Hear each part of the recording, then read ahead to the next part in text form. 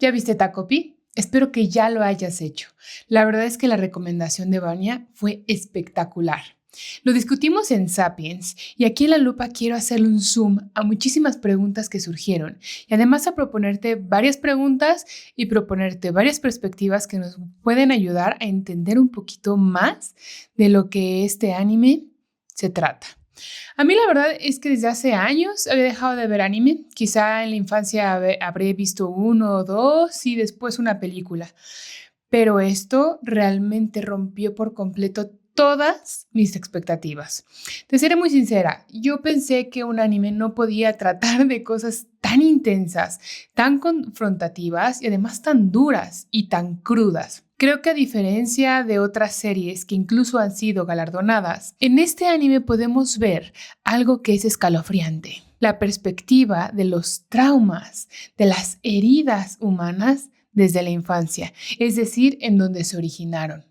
Por eso quiero hacerte un par de preguntas que pueden ser un poco radicales, pero quiero proponerlas para ir un poco más allá de lo que este anime puede darnos y tal vez poder comprender a la luz de varios filósofos cosas que aún nos cuesta trabajo entender. Es por eso que te pregunto, ¿no será que el bullying nace y su origen es el hogar? Y que los primeros bullies quizás sean tus propios padres, aquellos que generaron esas heridas o las propiciaron y en donde en la escuela simplemente se realzan. ¿A qué me refiero con esto? Creo que en este anime es crucial ver tres historias de tres niños distintos en tres circunstancias distintas, con heridas que no son nada superficiales, que son las heridas que marcan a un ser humano de por vida y que no nada más es algo interno, sino que además genera reacciones. Son acciones que llevan a estos niños a actuar, a tomar decisiones sobre una perspectiva de felicidad. Este extraterrestre que viene evidentemente de otro lugar y su meta es hacer a las personas felices. Eso es lo que hacen en su planeta. ¿Pero qué tipo de felicidad?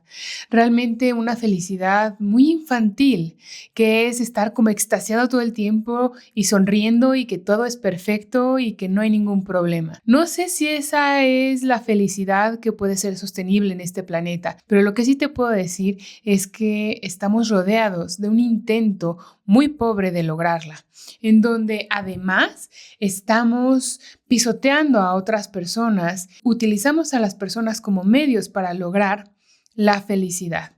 Las consecuencias de esto es el crimen en su última instancia, pero en el intermedio es lastimar y pisotear a otras personas. Es por eso que en la lupa del día de hoy quiero presentarte las preguntas que ya te mencioné, entre otras también, si nuestra infancia nos destina a la manera en la que vamos a buscar la felicidad de adultos y principalmente una felicidad que es completamente satisfactoria, que es completamente superficial, es la felicidad que realmente quieres.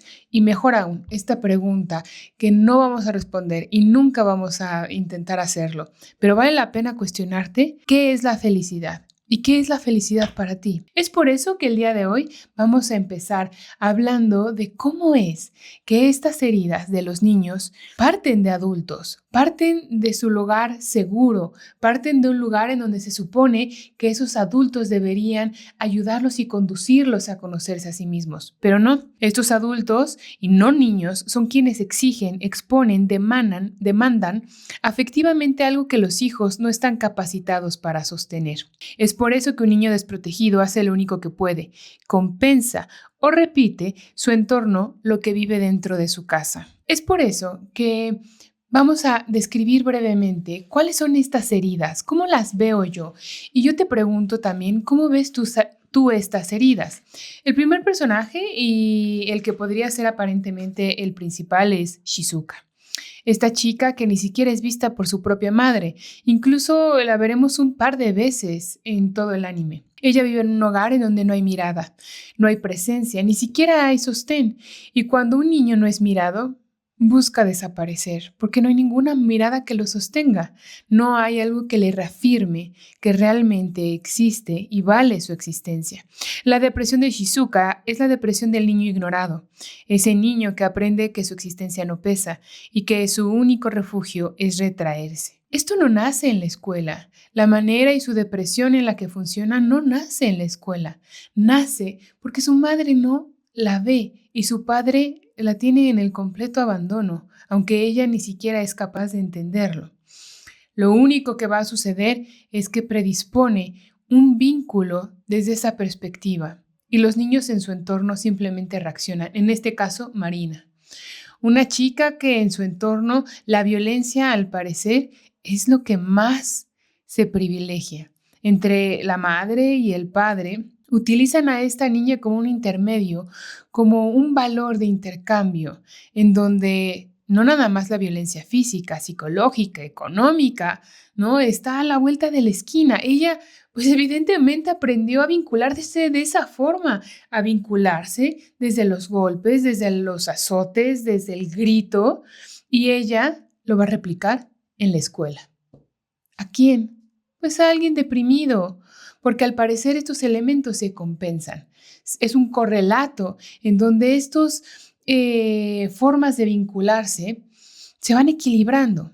Y por último tenemos a Azuma, este chico que intenta ser perfecto, intenta complacer, intenta resolverle la vida a todos con tal de tener tan solo una mirada, un reconocimiento, algo de afecto.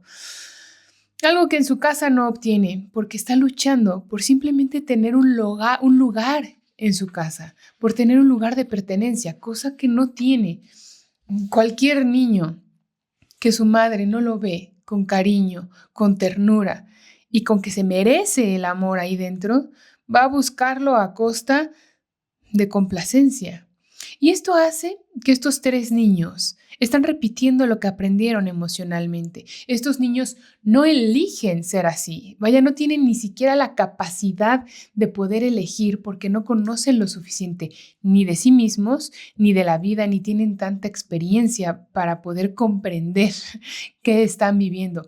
Es por eso que creo que es muy válido, por lo menos quedarnos hasta aquí en esta sentencia de Freud, de infancia es destino. Aunque está ya muy desgastada y la voy a desgastar muchísimo más en este video, quiero que entiendas cómo es que esta premisa puede resonar en nosotros. Pero no me voy a quedar ahí. Evidentemente hay otros pensadores y filósofos que también tratan sobre el destino. Pero antes de ir hacia ellos, me gustaría quedarme con dos ideas que son muy interesantes. Winnicott, que es un psicoanalista posterior a Freud, que dice que sin madre no hay bebé. ¿Esto qué significa? Que la madre da lugar al bebé, una madre suficientemente buena, una madre que comete uno que otro error para frustrar al bebé, pero que le puede dar un espacio de contención, es que construye, crea a un yo, ayuda a propiciar esa idea de una identidad. Y si esta madre no está, no hay bebé.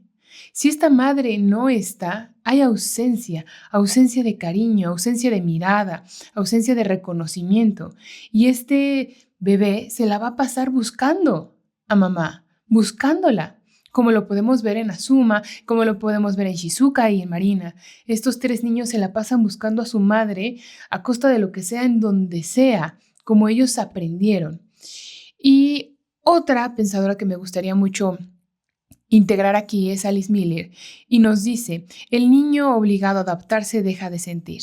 Con estas ideas es la base psicoanalítica que te quiero contar el día de hoy, porque vaya, creo que el psicoanálisis es muy importante, por lo menos para poder ahondar en ese tipo de series, porque tienen mucho contenido de la infancia, del origen de la herida y cómo actuamos. Y creo que además es muy visible ver cómo una palabra, un gesto de los adultos va marcando a los niños, que van a ser evidentemente en un futuro, si lo logran, porque ya vemos que una casi no lo logra, va a sembrar en estos niños una herida que se va a exponenciar. Entonces, aquí la idea es que podamos comprender un poco más sobre las heridas y realmente cuestionarnos sobre cómo estos niños buscan una felicidad que tiene que ver con Takopi, que es este extraterrestre que llega del lugar de donde es como el lugar de la felicidad y quiere que todo el tiempo estén sonriendo y que estén extasiados, como si eso fuera la felicidad. Y aquí en este planeta, en la experiencia humana, quizá la felicidad vista así es insostenible y además de eso, bastante superficial. En un lugar, en un momento, en una circunstancia en donde la felicidad indiscriminada, sonriente, feliz, rosa, ¿no? Como perfecta, impera, creo que es muy importante que nos cuestionemos si eso es realmente la felicidad, porque esa felicidad cuesta vidas, cuesta muchísimas emociones de otras personas y circunstancias. Ese tipo de felicidad en donde es indiscriminada, puede ser que estés pisoteando a otras personas en búsqueda de esa felicidad. ¿A qué me refiero con esto?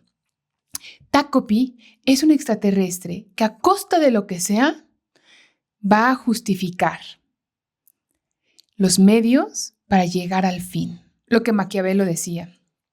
Y de ahí que viene la frase, ¿no? Maquiavélica. El fin justifica los medios. Pues Takopi creyó eso muy en serio. Entonces, para lograr una felicidad perfecta, hay vidas de por medio, hay esclavitud de por medio, hay ignorancia de por medio. Y creo que eso es algo que debemos cuestionar gracias a este anime.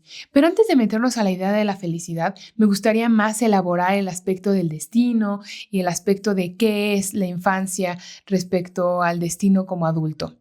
Ya les decía, ¿no? Esta frase súper desgastada de Freud, infancia es destino. Bueno, antes de aterrizar ahí, yo creo que valdría la pena irnos bastantes años atrás y tocar el tema de Spinoza. Spinoza es un filósofo que a mí en lo personal me encanta y él habla mucho sobre la libertad, pero la libertad desde una perspectiva que implica comprensión. La libertad y la comprensión están relacionadas y adivina qué, también el perdón. El perdón se relaciona con la comprensión, porque aunque no lo creas, el perdón no es única y meramente afectivo. El perdón proviene de la comprensión. Cuando uno comprende la circunstancia, la persona, como pudimos comprender a Marina o como pudimos comprender a Shizuka o a Suma, es que entonces podemos perdonar. Y entre ellos se perdonan tarde que temprano. Porque es así que cuando contextualizamos a la persona y a las emociones, el perdón deviene de eso. Y Spinoza lo entendió muy bien. Por eso decía que estamos determinados por causas antes que nosotros. Es verdad, hay cosas que nosotros no elegimos, pero sí podemos elegir qué hacemos con eso. Por eso la libertad aparece cuando logramos comprender esas causas y poder no nada más entender lo que nos formó, sino que podemos accionar de una forma libre. Tal vez no puedas elegir a tus padres, pero sí puedes elegir cómo relacionarte con ellos o cómo relacionarte con esa herida. Después, Sartre también dirá algo sobre el destino. Fácilmente, no existe. Siempre estamos decidiendo, incluso decidir desde la herida ya es una elección. Ahí depende de ti qué es lo que tú estás eligiendo y cuáles van a ser las consecuencias de esas mismas elecciones. Y bueno, esto no podría ser una cápsula de filosofía si no hablara de Nietzsche, porque Nietzsche también nos propone una perspectiva sobre el destino y qué hacer con el destino. Amor fati. ¡Ay, qué belleza! A mí la verdad es que me encanta. Creo que una buena forma de traducirlo sería algo así como no escapar del destino, sino transformarlo. No escapar del destino, sino transformarlo. Evidentemente para esto es importante no nada más comprenderlo, sino saber qué es lo que tú quieres y poder moverte hacia ese lugar. Implica mucho conocimiento, implica incluso atravesar dolores y angustias, pero tener el valor de hacerlo, a diferencia de estar escondido en esas heridas y seguir echándole la culpa a alguien que ni siquiera te topa. O sea, que literal ni siquiera entiende de dónde viene tu herida o por qué la originó papá y mamá. Es decir, deja de echarle la culpa a tus papás, ¿no? O deja de echarle la culpa a tu ex, a tus amigas, a la persona que te dejó de hablar, a X, no sé. La idea es que tú puedas hacerte consciente de esto y transformarlo. Y creo que desde esa perspectiva, también como muy vitalista, nos puede hacer entender que quizá infancia no es destino, sino que es una invitación, quizá para comprender el destino, quizá para entender cuáles son los posibles destinos, quizá para entender de dónde viene el destino y entonces no seguir escapando de eso. Pero antes de terminar, me gustaría muchísimo proponerte esta lectura porque a mí me voló la cabeza. No puedo cerrar esta cápsula sin hablar de Kant y la felicidad. Takopi pisa y pasa sobre todo con tal de hacer felices a cada uno de los personajes. Lo que va a suceder es que Takopi, en esta búsqueda de la felicidad, va a utilizar a las personas como medios y no como fin en sí mismos. Ya sé que suena muy filosófico, pero te lo voy a explicar súper relax para que entiendas por qué esperar que otra persona haga, sea, diga lo que tú quieres no es ver a la persona tal cual, no la amas tal cual es, sino que estás esperando que esa persona haga, sea o diga algo para que tú seas feliz. Ahí ya perdiste, lo siento, no vas a ser feliz jamás de esa manera. La felicidad no tiene que ver con eso. La felicidad no tiene que depender de que alguien o algo suceda, diga, pase, ¿no? O tarde o temprano suceda.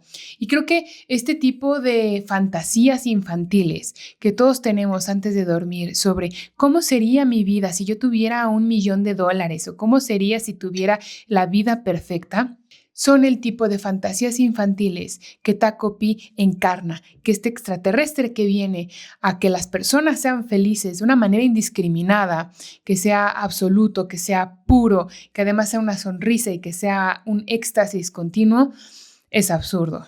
Porque esas fantasías infantiles absolutas no llevan a ningún lado, no llevan a vincularse, no llevan a profundizar ninguna emoción y ni siquiera a comprender la emoción en sí misma. No hay comprensión, no hay perdón, no hay liberación, no hay experiencia humana. Por lo tanto, esa felicidad vacua no es felicidad de la condición humana. Quizás sea una felicidad de la fantasía, del capricho, de la omnipotencia, que no es para nada una comprensión madura de la humanidad.